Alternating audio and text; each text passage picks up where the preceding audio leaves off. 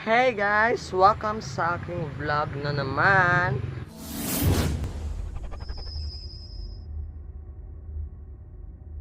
So ngayon, ang ating tatalakayin is mag-tutorial ako.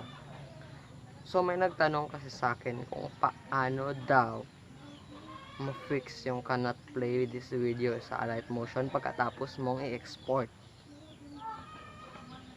Yes! Malapit na mag-export. Wait na lang tayo na mag-export. Tapos yan ang lalabas. Ay, grabe. Yan ang talaga lalabas ka ng play this video.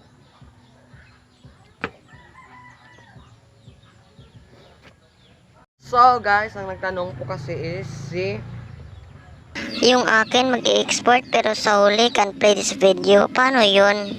So ngayon po, masasagot na po natin ang iyong katanungan pala. Masasagot na pa natin yan. So tapusin mo or nyo lang po yung video na to kung napadpad ka man dito. Okay, kung gusto mong mga content na to, mag-subscribe ka dyan at ewan ko sa'yo kung i-click mo yung notification bell or click mo na lang para sabay lahat. Thank you! So guys, nakakuha na po ako ng video or nakagawa na po ako ng video na pwedeng maging example natin sa tutorial natin ngayon. So panoorin nyo lang po ito until end. Thank you. So guys, welcome sa ating tutorial. So punta tayo sa ating Alight Motion na app. So may nagawa na po akong video dito para example kung paano po natin may-fix yung cannot play this video sa end ng pag-export nyo. So punta tayo sa ating project. So itong can't play this video na project ang pangalan. So pindutin natin. So ayan guys, natapos ko na po siyang ma-edit. Nalagyan ko na po siya ng effects. Tingnan nyo yung cube at race. So ang gamit ko po na Alight Motion is version 3.3.5 build 0461. So ano po siya, pro na po siya ang download ko. So proceed na po tayo sa ating export. Pindutin natin yung sa taas export button, alam niyo man siguro yan, di ba? Pindutin na natin. So nakita kayo mga options sa video, sa export nyo siya.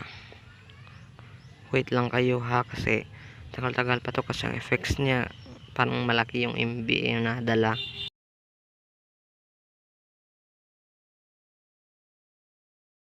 So ayan po, cannot play this video ang lumabas. So kailangan muna natin malaman kung ano ang dahilan bakit ganito ang lumabas.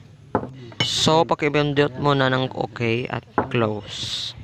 So guys, compare muna natin kung ano ang nangyari, bakit nangyari yon. So ang ating pagbabasihan is ang quality. So MP4 180p po ang ating nagamit. So i-consider po natin na hindi po kaya ng ating phone ang dala ng effects dun sa video na yon. Dahil ang quality po ng video is 1080p.